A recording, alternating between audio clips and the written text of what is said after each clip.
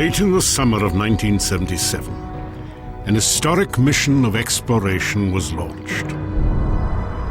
Twin spacecraft, christened Voyager 1 and 2, broke free from the Earth's gravity on journeys to the outer reaches of the solar system.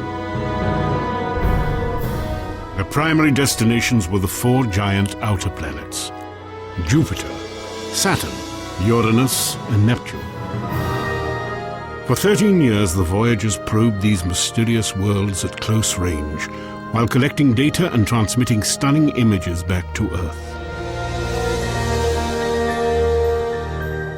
Among thousands of pictures of planets and moons, perhaps the most memorable was recorded on February the 14th, 1990, when Voyager 1 approached the edge of the solar system, then turned back toward the Sun.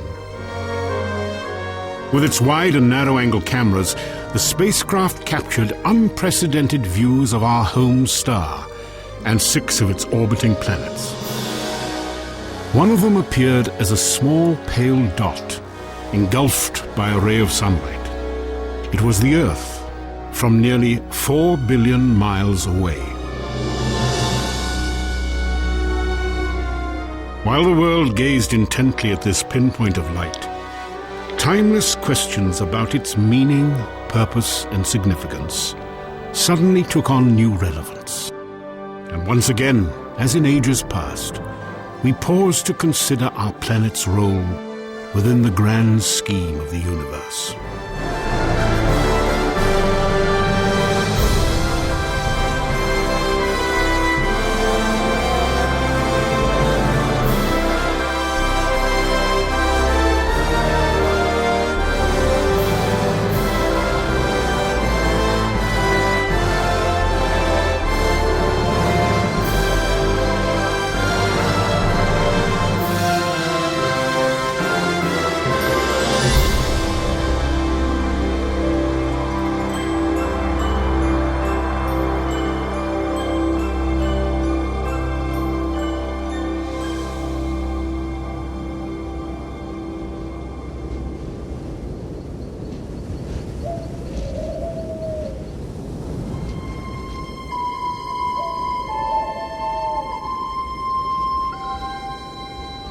The mystery of the Earth's significance in the universe has challenged philosophy and science for more than 2,000 years. Early perceptions were shaped by the work of the Greek scholars Aristotle and Ptolemy. They taught that the Earth sat motionless in the center of the heavens while the moon, sun, and other stars and planets revolved around it. This geocentric view was the foundation of Western cosmology for 18 centuries. Then, in 1543, the Polish astronomer Nicholas Copernicus ignited a revolution. In his book on the revolutions of the heavenly spheres, Copernicus argued that the Earth was not stationary, but instead orbited with the other planets around the Sun. For the first time, a correct understanding of the mechanics and structure of the solar system was in sight. The idea of the moving Earth seemed to violate some fundamental principle, but Copernicus somehow had the mental power to imagine what even to him seemed absurd. So he thought the impossible. The Earth moves. And once you imagine the Earth moving instead of the Sun, the mathematics of that cosmic machine started to make sense. It was the key that unlocked one of the great mysteries of the universe. Copernicus had laid the cornerstone for modern astronomy. Yet, 400 years after his discovery, the empirical fact that our planet was not the center of the solar system had evolved into what is now known as the Copernican principle. The idea that the Earth occupies no preferred place in the universe. Copernicus had a theoretical way of explaining the apparent motion of the planets across the sky. That's all it was. It wasn't a theory that told us whether or not Earth was special, or whether we played some importance in the scheme of things, or whether every place in the universe was the same as every other place. Nevertheless, this reinterpretation of Copernicus became prominent in the 20th century. It's often called the principle of mediocrity. This principle says that our location and our status are mediocre, they're unexceptional. As a result, we should not assume that we are in any way privileged or that the universe was designed with us or beings like us in mind. The Copernican principle and the concept of the Earth's insignificance was popularized during the 1970s and 80s by the late astronomer Carl Sagan. In his best-selling book, Pale Blue Dot, Sagan wrote, "Because of the reflection of sunlight, the Earth seems to be sitting in a beam of light, as if there was some special significance to this small world. But it's just an accident of geometry and optics. Look again at that dot. That's here. That's home. That's us. Our posturings, our imagined self-importance, the delusion that we have some privileged position in the universe, are challenged by this point of pale light. Our planet is a lonely speck in the great enveloping cosmic dark."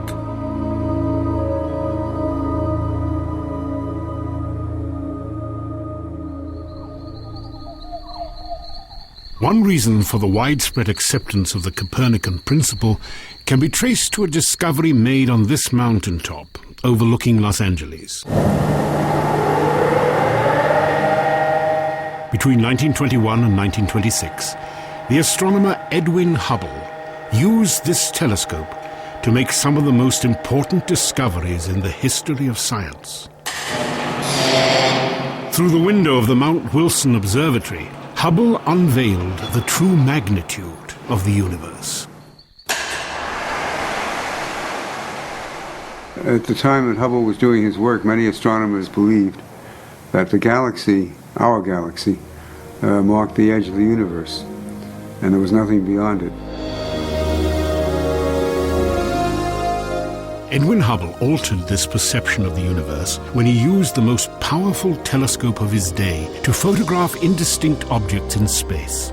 Long thought to be nearby clouds of gas and dust, Hubble determined that these patches of light were actually individual galaxies, many as large or larger than our own Milky Way. The implication in what he found was that the universe consists of, indeed, billions of galaxies, each with many billions of stars and planets. And it was a universe with a wealth of numbers and variety that transcended the imagination of both layman and astronomer. He, in effect, enlarged the boundaries of the universe.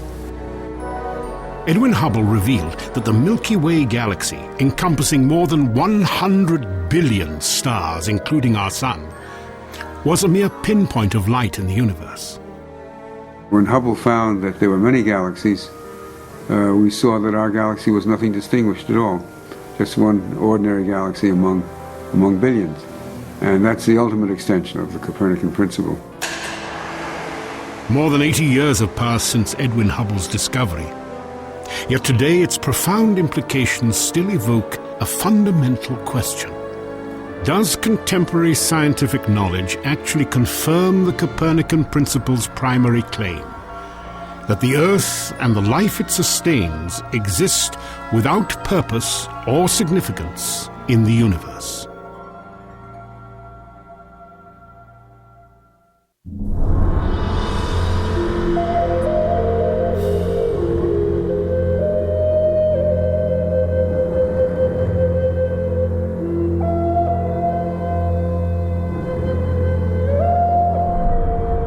An outgrowth of the Copernican principle is the belief that habitable planets and complex life are abundant throughout our galaxy and the rest of the cosmos. Perhaps no scientific endeavor has been influenced more deeply by this idea than the research program called SETI. Well, SETI, which is, of course, the search for extraterrestrial intelligence, is trying to do exactly that. We're searching for extraterrestrial intelligence. In other words, we're looking for aliens that are at least as clever as we are. Now, we try and do that not by trying to go there the way they do in the movies all the time, or waiting for them to come here. We try and find the aliens, if you will, at home on the basis of eavesdropping on signals they might be sending our way.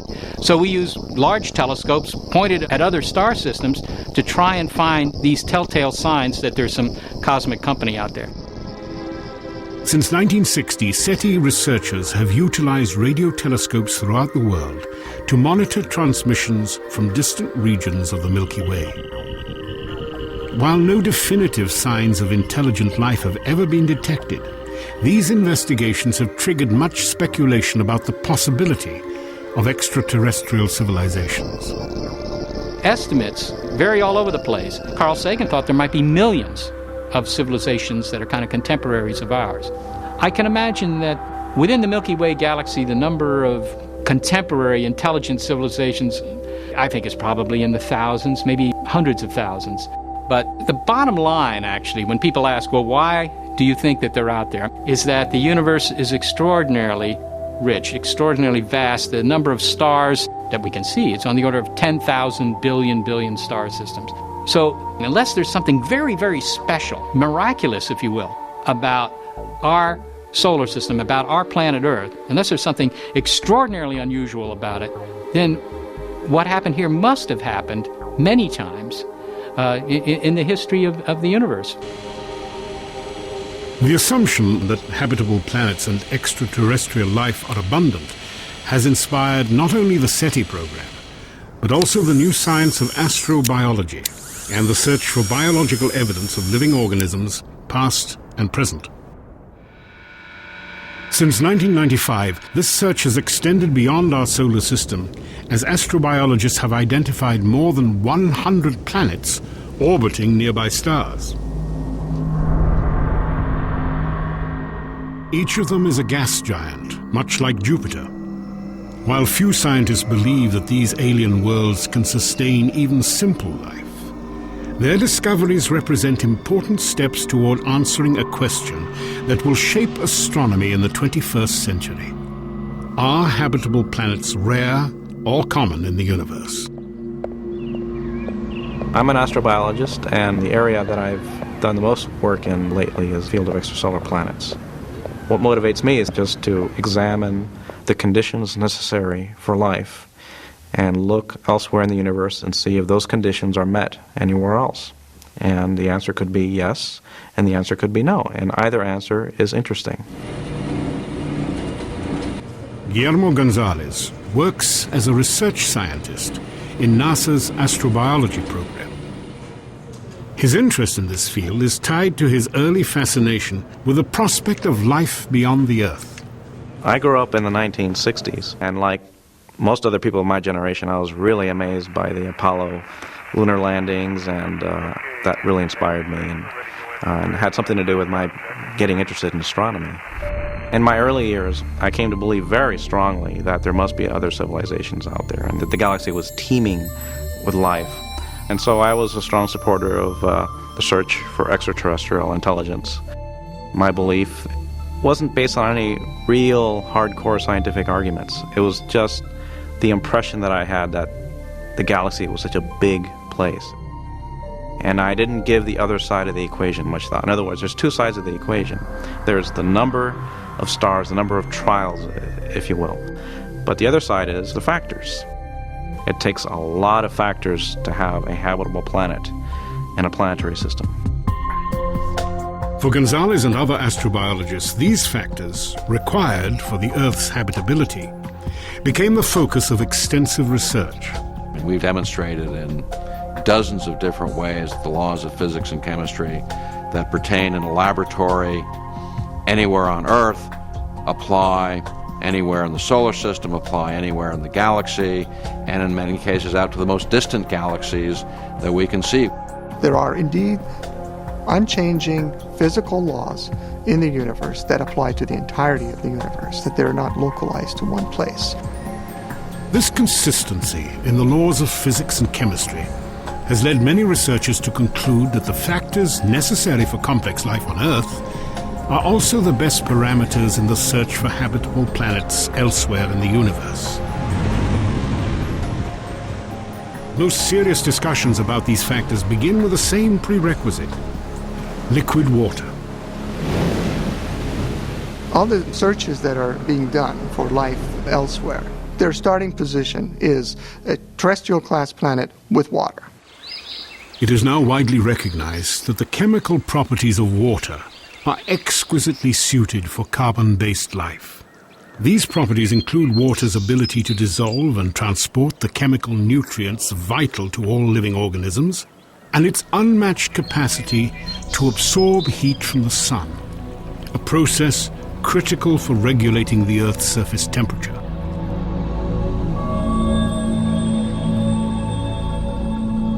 In liquid form, water is an extraordinary substance, and its existence hinges upon another factor essential to complex life: a planet's distance from its home star. It's like what they say in real estate: location, location, location. A habitable planet lives in what we call the Goldilocks zone. It's not too hot, it's not too cold, it's just right. And when I say just right, I mean just right for water. Liquid water really helps define the habitable zone.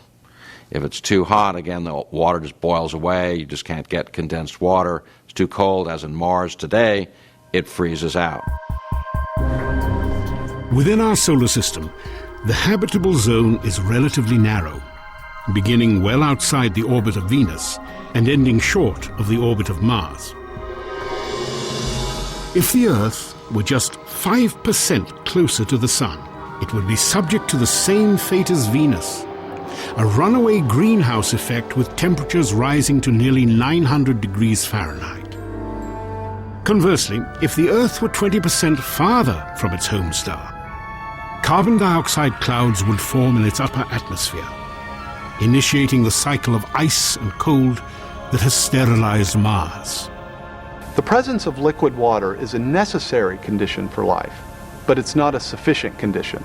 After all, there may be liquid water under the frozen surfaces of Mars and Jupiter's moon Europa, but there's very little chance that complex life exists in either of these places. You see, contrary to what the Copernican principle might suggest, the recipe for life is much more complex than just add water. If a recipe for a planet capable of supporting complex life really did exist, then what ingredients beyond liquid water might be required? The list of necessary factors continues to grow. We live on this paper-thin crust. If the Earth's crust were significantly thicker, then plate tectonic recycling could not take place. The Earth's crust varies in thickness from about 4 to 30 miles. It consists of more than a dozen tectonic plates that are in constant motion. This dynamic geology regulates the planet's interior temperature, recycles carbon, mixes chemical elements essential to living organisms, and shapes the continents. Deep within the Earth's interior, the movement of liquid iron generates a protective magnetic field essential to complex life. If our planet was smaller, its magnetic field would be weaker, allowing the solar wind to strip away our atmosphere, slowly transforming the Earth into a dead, barren world much like Mars.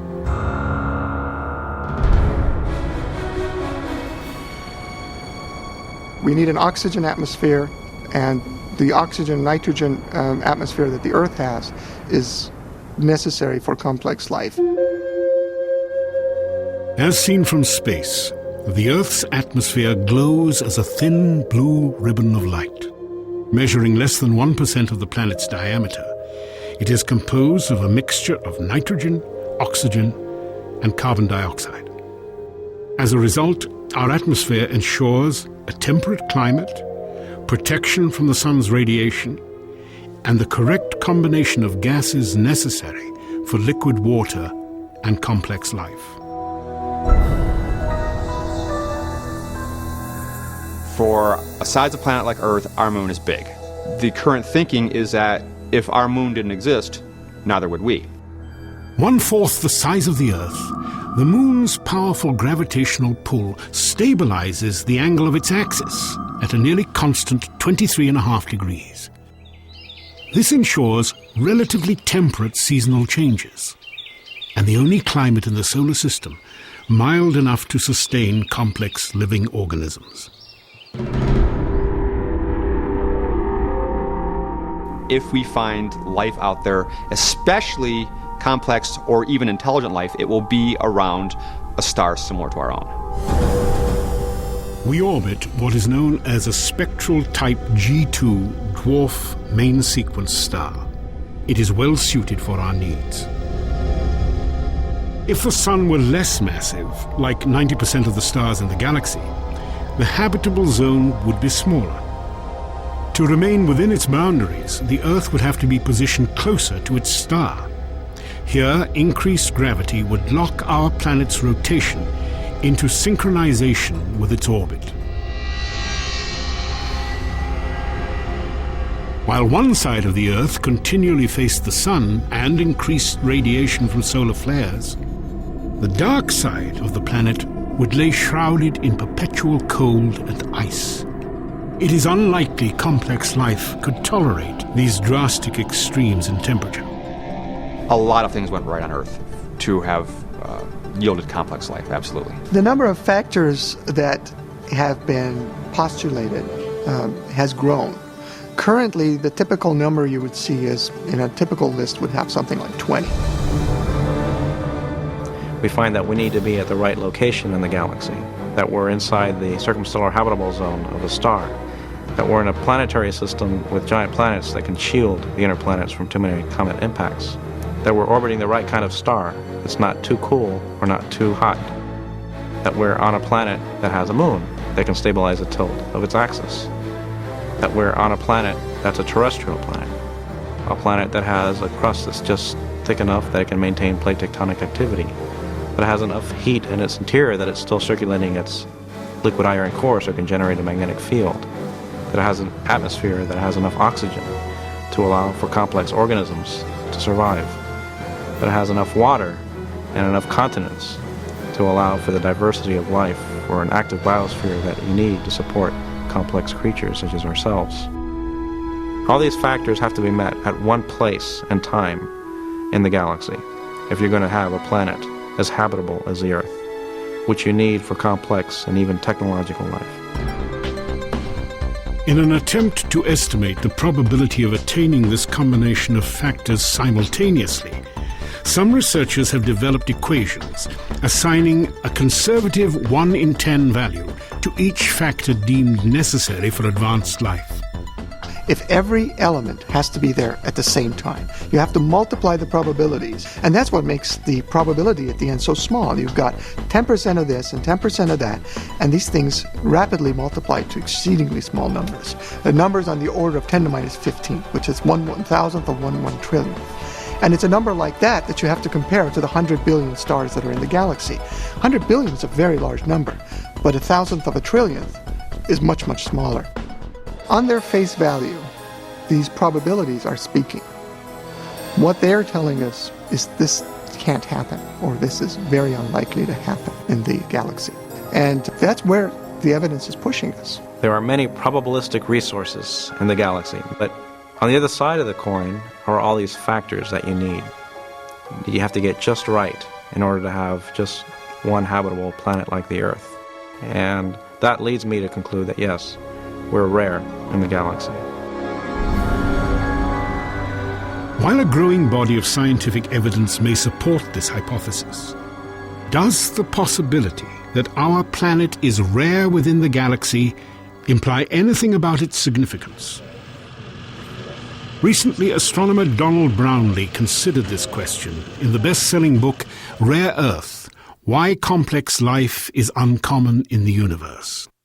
There's a general feeling that nature wants to make Earth-like planets, and that naturally that life will evolve on them and naturally evolve to something like us. And yet the conditions, the environmental conditions on a planet that would allow more complex creatures similar to people or plants and animals is very rare. And so we wrote the book Rare Earth to point out that the Earth is actually a rather special place.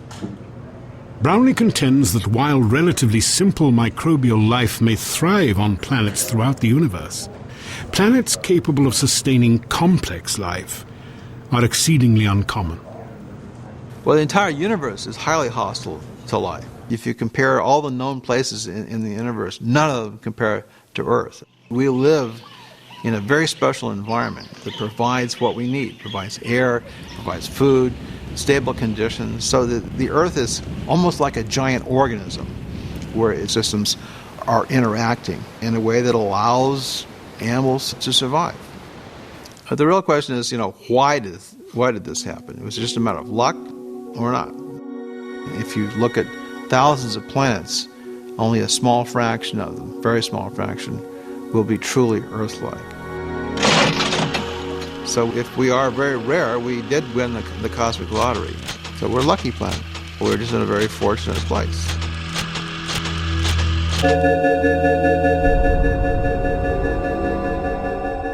When you consider chance as an explanation for a planet like Earth, you have to look at it in the context of the universe as a whole. While the odds appear astonishingly small that you'd get all the right ingredients to support complex life at this one place in the galaxy, you have to keep in mind that our galaxy is just one of perhaps 100 billion galaxies in the observable universe. Still, logically, I think you have to ask yourself, what if this convergence of factors didn't come about as the result of simply a cosmic lottery or a mere fluke or luck, but what if it's the result of some larger underlying purpose or design? And if the Earth does exist for a purpose, is there any way that we could tell? On October the 24th, 1995, a rare natural phenomenon unexpectedly triggered a unique search for an answer.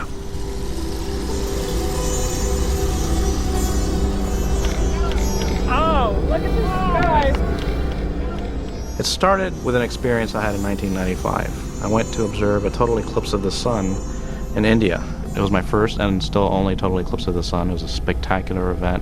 It's just an experience for all the emotions.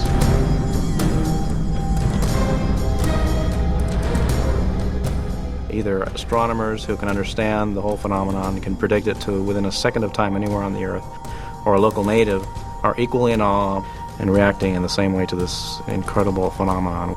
It really left a big impression on me. For 51 unforgettable seconds, Guillermo Gonzalez and thousands of others looked on in wonder at this rare astronomical event. Gonzalez would later reflect upon both the mysterious beauty he had witnessed in the North Indian skies and the factors that had made it possible. Fabulous! The requirements for producing a total eclipse of the sun are a luminous body, in our case the sun, an eclipsing body, in our case the moon, and then an observer platform, in our case the surface of the Earth, and they all have to be in a straight line in space. The apparent size of the moon in the sky has to be almost exactly the same as the apparent size of the sun in the sky. They're both about half a degree. The sun is 400 times bigger than the moon, but it's 400 times further away. So there's this coincidence people have noted for centuries, but they just say, oh, well, it's a coincidence, and shrug their shoulders. As Gonzalez examined this rare alignment of sun, moon, and earth, he recognized the importance of these celestial bodies to the existence of complex life on our planet.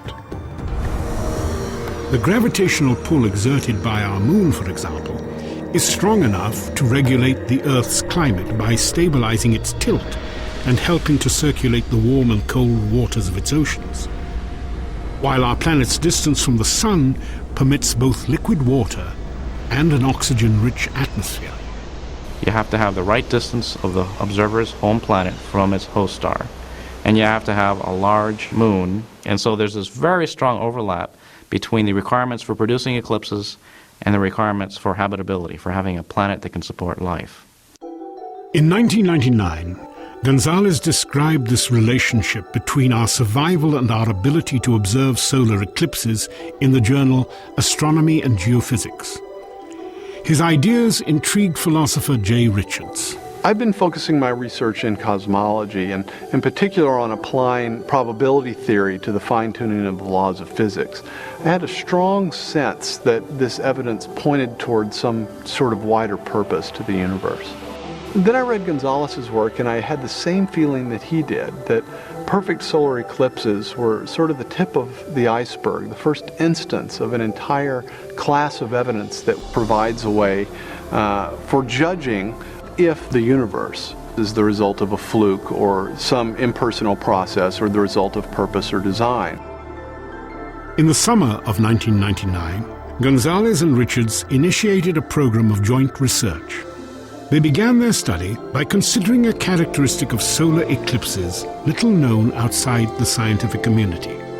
These striking events are not only compelling to observe, they also open a portal onto the physics and chemistry of the entire universe. Really, you can think of eclipses as a giant natural experiment set up that allows us to observe a part of the sun that's critical towards understanding how its light is produced in its atmosphere. The fact that the Earth is going around the sun and the moon is around the Earth, and the sizes and the distances between the Earth and the moon and the sun are just so to give you a perfect solar eclipse is a wondrous thing, because it allows us to measure the constituents of the upper layers of the sun's atmosphere. During a solar eclipse, the moon fits so perfectly over the sun that it shields its blinding light, providing astronomers with a view of the star's atmosphere otherwise impossible to experience.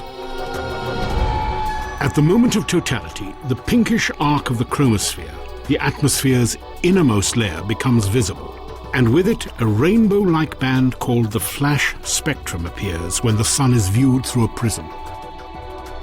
The eclipse of 1870 led to an understanding of the structure of the sun's chromosphere and the discovery of helium, the second most abundant element in the universe. The spectrum is probably the single greatest source of information about a star. And it was during a couple of historic eclipses in the 19th century that astronomers figure out how the spectrum of the sun is produced. And they only were able to figure it out because of the particular circumstances during a total eclipse. These circumstances are both precise and crucial. If our moon was slightly larger, it would partially block our view of the chromosphere and diminish its spectral light. A smaller moon would allow too much light from the sun, destroying our view of the solar atmosphere and the flash spectrum. And so you have to have a nearly perfect match between the sun and the moon, so you don't hide the chromosphere. And that insight afforded by eclipses in the 19th century is what finally permitted astronomers to figure out how the spectra of distant stars are produced. Really, that opened up stellar astrophysics and allowed us to understand how other stars work, because distant stars, after all, are other suns.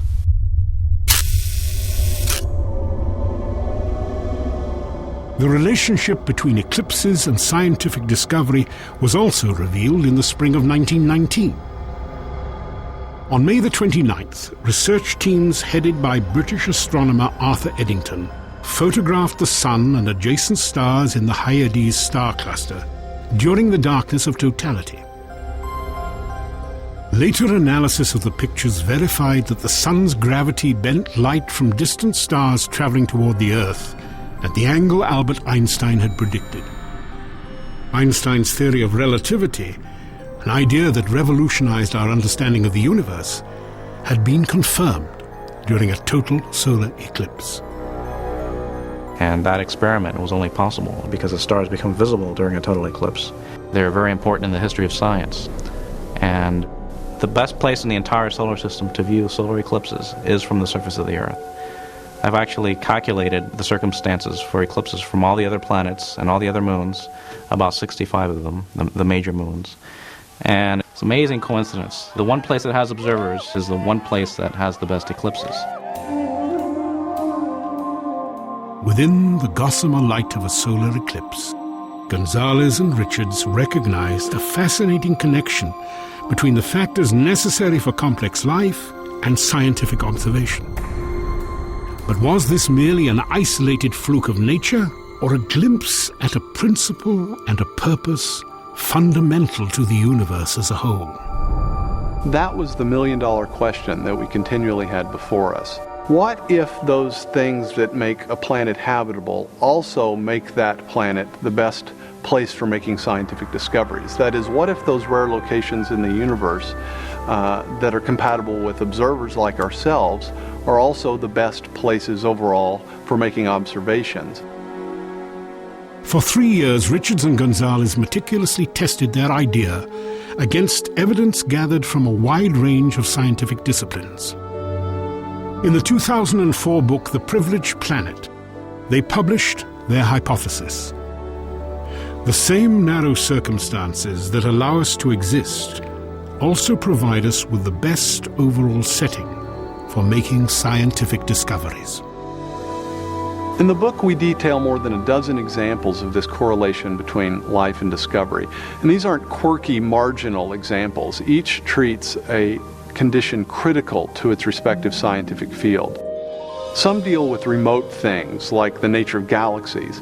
Others are much closer to home. While a perfect solar eclipse was the catalyst for Gonzalez and Richards' hypothesis, their observations would never have been possible without another, more familiar example of the correlation between life and discovery: the atmosphere of the Earth. It's striking when you see pictures of the Earth from the Apollo missions or other spacecraft, and you see this very thin layer of the atmosphere surrounding the Earth that sustains all the life that we know on Earth. And so you need a certain mix of elements to support a complex biosphere like ours. Not just any atmosphere will do. Our appreciation of the Earth's atmosphere has increased significantly during the last 40 years as exploratory spacecraft have probed the solar system. These missions have confirmed that within the Sun's family of more than 70 planets and moons, the Earth is one of 7 bodies enveloped by a thick canopy of gas. Yet among these 7, only the Earth's atmosphere can sustain complex life. And only the Earth's atmosphere is transparent. It's an atmosphere that's made up of mostly oxygen and nitrogen with very little carbon dioxide and very little other carbon compounds or atoms in the atmosphere that gives you a transparent atmosphere. If we had too much carbon in the atmosphere, we get hazes, organic hazes in the atmosphere, like you see on the large moon Titan, for example. The dense shroud of gas that blankets Saturn's largest moon resembles the atmospheres surrounding Neptune, Uranus, Saturn, Jupiter, and the greenhouse cauldron of Venus. None of these alien worlds know the stars, or even offers a clear view of the sun. Now, of course, if you were suddenly transported to Titan or Venus or to one of the outlying gas giant planets, the lack of a clear view of the universe wouldn't be much of an issue because you'd be dead. But that's precisely the point. If we're right, if the conditions for habitability and scientific discovery appear in the same places, then you're going to get conditions like you do on Earth, an atmosphere that sustains complex life like ourselves and also enables scientific discovery of the universe around us. The virtues of such an atmosphere are continually tested. As the Earth moves through space, it is bombarded by radiation from throughout the universe. This radiation is emitted by the Sun and other celestial objects, including supernovas and distant galaxies. It reaches our planet in wavelengths described as gamma, X-ray, ultraviolet, visible, infrared, microwave, and radio. Together, they comprise the electromagnetic spectrum. Almost all of these wavelengths are invisible to the eye and either lethal or useless to organic life. Yet within this spectrum of frequencies, a thin sliver of radiation proves essential to plants, animals, and human beings. In other words, there's really just a very narrow part of the electromagnetic spectrum that's going to be useful for living processes like photosynthesis. It's not as if life could have evolved to use gamma radiation or X-ray radiation or something like that. There's really just a narrow part of the spectrum that would be useful to life processes. Well, as it turns out, that's also the same narrow part of the spectrum that is the most informative about the various structures that we discover in the universe around us. These specific frequencies that enable plants to manufacture food and astronomers to observe the cosmos represent less than 1/1,000,000,000 of a trillionth of the universe's range of natural electromagnetic emissions. Fortunately, it is the type of light our sun produces in abundance, and that most easily penetrates the filtering shield of our atmosphere to reach the surface of the Earth. It's a remarkable coincidence that the kind of atmosphere that's needed for complex life like ourselves does not preclude that life from observing the distant universe. It's a surprise. It's something that you wouldn't expect just chance to produce. Why would the universe be such that those places that are most habitable also offer the best opportunity for scientific discovery?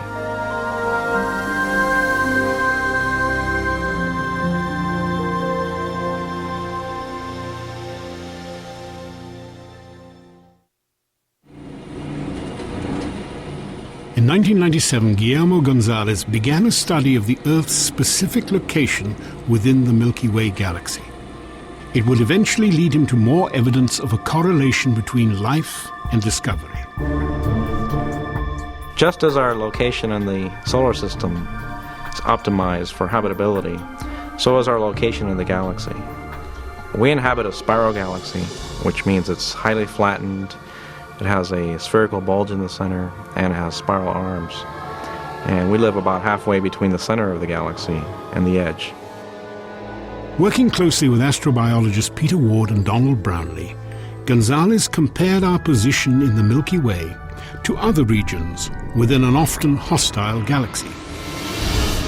The galaxy has a lot of dangers, and perhaps the most dangerous place in the galaxy is the galactic center. Well, in the center of the galaxy, this density of stars is very high, and there are more supernovas and stuff. And there are things that could harass life right in the dead center regions of our galaxy.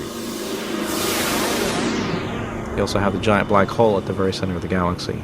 And if it were to have a close encounter with a star passing near it, it would rip it to shreds and form an accretion disk around it and emit lots of radiation, particle radiation and electromagnetic radiation, gamma rays, X-rays. While a black hole, exploding stars and deadly radiation would make complex life virtually impossible near the galactic core, the outer edge of the Milky Way poses other challenges to habitability. In the outer regions, the situation is much more subtle. We live on a planet made out of iron, magnesium, and silicon, and oxygen. If we went in the more distant regions of our galaxy, out towards the outer edge, the abundances of these elements are lower. There probably aren't enough heavy elements to build Earth-sized planets that can support life. So there's a happy median between the dangerous galactic center and the outer edge of the galaxy. Gonzalez, Brownlee, and Ward labeled this region, where complex life is possible within the Milky Way, the galactic habitable zone. Their theory was first published in 2001 and has since received growing acceptance among astrobiologists. There's a lot more research that needs to be done to determine just how wide the habitable zone is. But I think there's general agreement that yes, there are definitely places in the galaxy that you cannot have civilizations because they're very dangerous. And there are places where you just have a very low abundance of heavy elements. While these obstacles to habitability are minimized far from the core and edge of the Milky Way, Gonzalez has also identified large areas within the galactic habitable zone itself, which are less hospitable to complex life. Even within the habitable zone in the galaxy, it's broken by the spiral arms, which are dangerous places. That's where most of the supernovae go off in the galaxy. That's where the star formation is taking place. We don't want to be too close to a spiral arm.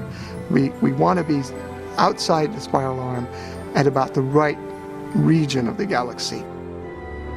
It appears this is precisely where the Earth is located, in the relatively safe and uncrowded region between the Sagittarius and Perseus arms of the Milky Way. Location is everything, and so we occupy that special place in the galaxy where habitability is optimized, threats are minimized, and we have enough building blocks to build an Earth. Guillermo Gonzalez and Jay Richards have conducted research on another facet of the galactic habitable zone. They now argue that the Earth is also located in the best setting within our galaxy for astronomical research. As it turns out, our position in the universe is not only critical for life, but it's also surprisingly important for making scientific discoveries. We're located near the midplane of the galaxy, a very highly flattened galaxy, between spiral arms in a region with very low dust extinction. While we are in the plane of the galaxy, that does not obscure a large part of the sky, so we can have very clear views. For more than a century, this nearly ideal platform of observation has enabled astronomers to study the structure of the Milky Way. Looking toward the constellation Sagittarius on a clear night, for example, we see that the stars in our galaxy are not uniformly distributed across the sky. Instead, they appear as part of a concentrated band, a flattened disk of stars, dust and gas, 100,000 light-years in diameter. The Milky Way band in the night sky is us looking edge-on into the plane of the galaxy. If we were living in the center of the galaxy, things would look much more spherically distributed. And so it will be very hard to distinguish things that are inside the galaxy from things that are outside. And it's also very dusty, much dustier towards the galactic center than it is in our region. And so the views of the distant universe will be much more difficult to obtain, to be much more compromised. Similar problems would exist for astronomers working on a planet located within any of the galaxy's spiral arms. Here, denser concentrations of dust clouds and gas illuminated by stars would make it difficult to determine the shape of the Milky Way, or to distinguish the stars in our galaxy from the rest of the universe. On the surface of the Earth, we're really in the optimum position for seeing both the nearby structure of the Milky Way galaxy as well as seeing the distant cosmos as a whole. So once again we see that the best location for habitability and for producing a habitable planet is also the best overall position for scientific discovery, in this case at the galactic scale.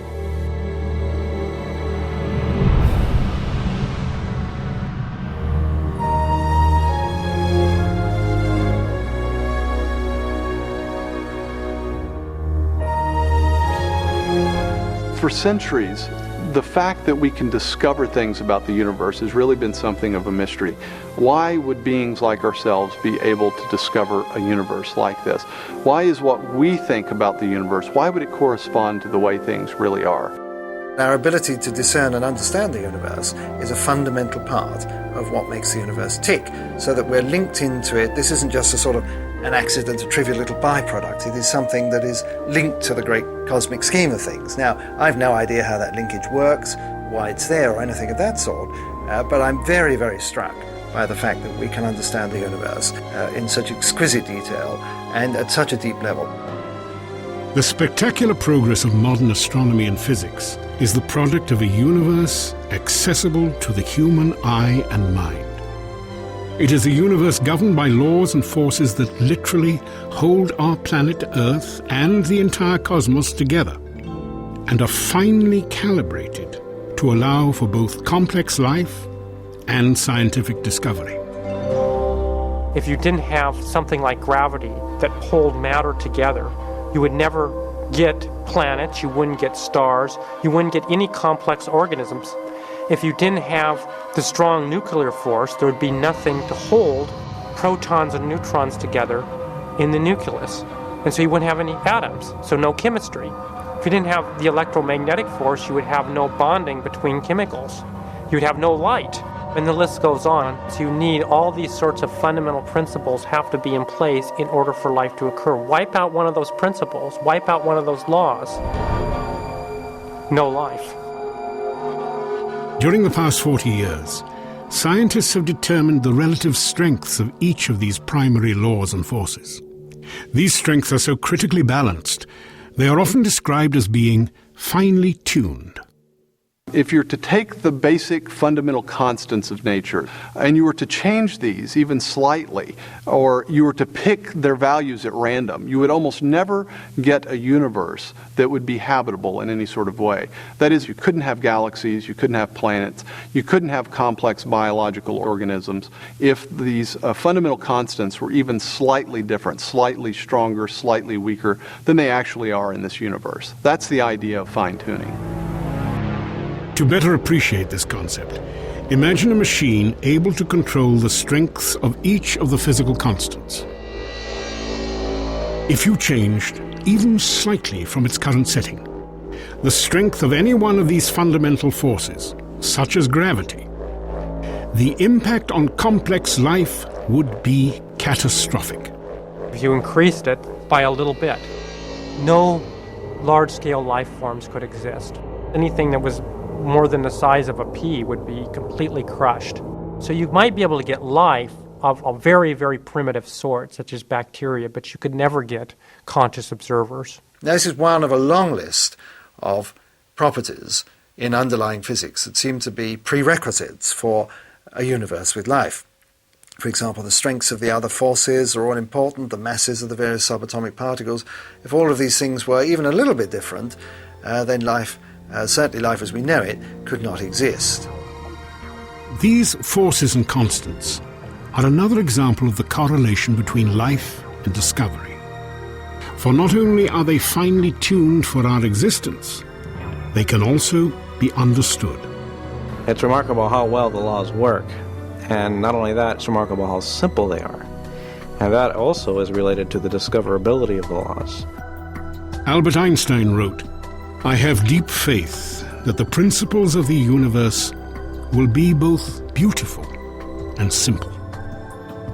For nearly 400 years, scientists have discovered an elegant simplicity in the mathematical equations that express and unlock the laws of the cosmos.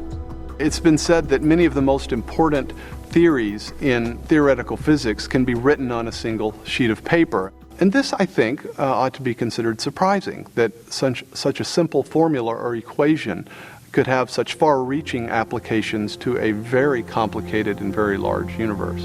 What you have is a universe that is not only finely tuned for life to occur, but also has a beautiful, elegant mathematical structure, and a structure such that we can discover that structure. Most scientists just take it for granted that the world is both ordered and intelligible. And the intelligible part I find really quite extraordinary, because it's one thing to accept that the universe is ordered, but ordered in a way that human beings are capable of understanding is an extraordinary thing. And so the question naturally arises, what is the explanation for that? Many who have pondered this mystery of an intelligible universe argue that it cannot be easily explained away. From naturalistic assumptions, you would not expect the universe to be understandable by human reason. After all, within the standard naturalistic story, human reason was developed to be able to hunt prey, get around in the everyday world, attract mates. We have certain skills, for example, we can jump streams and catch falling apples and so on, which are necessary to getting by in the world. But why is it that we also have the ability to discern, for example, what's going on inside atoms or inside black holes? These are completely outside the domain of everyday experience, totally surplus to requirements, not at all necessary for good Darwinian survival. Discoverability of the universe is something we didn't need for our existence. It's something additional to it. It seems then that whatever the source of the universe is, it intended that it contain observers who can discover. You put observers in the best places for observing. That is, if you're going to do things intelligently, that's what you do. The nature of our planet, the nature of its atmosphere, the location in the solar system, the type of solar system it's in, even the type of star that we're around and the location within the galaxy are optimal for making a wide range of scientific discoveries. It turns out that those are also all the most important conditions for a habitable planet, that is, for a planet that's conducive to beings like us and without which we could not survive. I think that's just the sort of pattern that ought to suggest to people conspiracy rather than mere coincidence. There's something about the universe that can't be simply explained just by the impersonal forces of nature and atoms colliding with atoms. And so you have to reach for something beyond the universe to try to account for it. Such an approach lies at the foundation of modern science. In his search for a more elegant description of the solar system, Nicholas Copernicus was motivated by his desire to comprehend what he called the mechanism of the universe, wrought for us by a supremely good and orderly creator. The system, the best and most orderly artist of all, framed for our sake. And so he imagined this analogy of a workman, a craftsman, making something that worked well and was beautiful. And that analogy, it wasn't one of his conclusions, that analogy was one of his assumptions. The founders of modern science, like Copernicus and Kepler and Galileo and Newton himself, believed that the universe was the product of a mind, that it was intelligible to beings like ourselves because the universe itself was the product of an intelligent being. They were driven by this notion that this was essentially a theological quest. They were uncovering God's handiwork in the way the world worked. I mean, what a thought that we can glimpse the mind of God. We can actually figure out how God put the universe together. There's a hidden subtext in nature which can be exposed through this procedure we call science. Though most scientists no longer think in such explicitly theological terms, recent evidence may again point to an Earth far different from the contemporary image of a pale blue dot lost in a cosmic sea.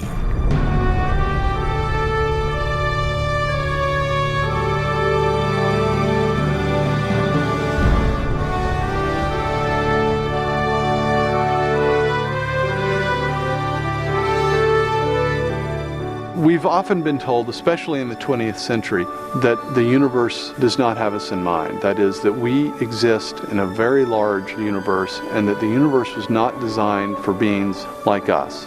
We are simply life that happened to come about on a tiny little planet surrounding a tiny insignificant star in a run-of-the-mill galaxy within a very large universe that was not intended.